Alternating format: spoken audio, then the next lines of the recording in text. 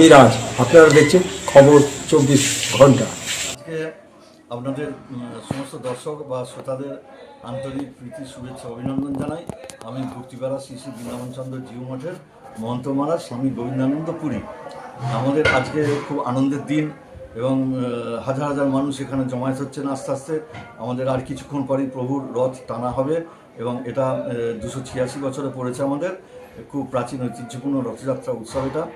তা বহু দূর থেকে সব জলপথে স্থলপথে যাত্রীরা সব আসেন। আর আমাদের প্রায় এক মাস ধরে আমাদের প্রিপারেশন নেওয়া হচ্ছে।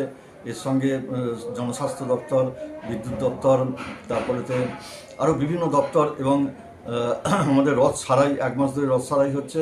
তারপর রং টং করে তাকে একটা ব্যবস্থা আনা হয়েছে। আজকে আমাদের সকাল থেকে ভগবানের ভোগ রাগ হয়ে যাওয়ার পর তারপর ঠাকুরকে নিয়ে যাওয়া হয়েছে, রথে আসীন করানো হয়েছে। এরপর আমাদের ঘোড়াগুলো উঠবে, ঘোড়াগুলো ওঠার পর রশি করে তারপর 12টার সময় রথটান হওয়ার কথা।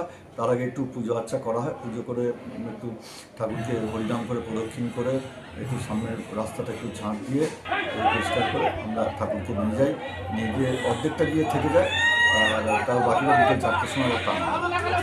দুবার কেন টান হয়? দুবার টান বলতে রাস্তাটা তো অনেকটা, তো রাস্তাটা অনেকটা রাস্তা, হ্যাঁ, একভাবে টানলে সমস্যা। তারপরে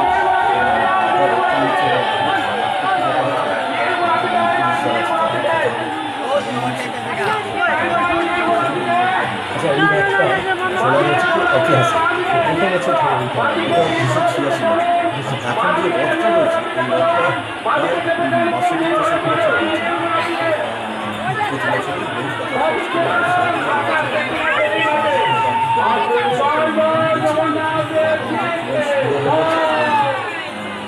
রাস্তার জন্য বর্তমান সরকার একটা ভালো ব্যবস্থা দিয়েছে। প্রায় 4 লাখ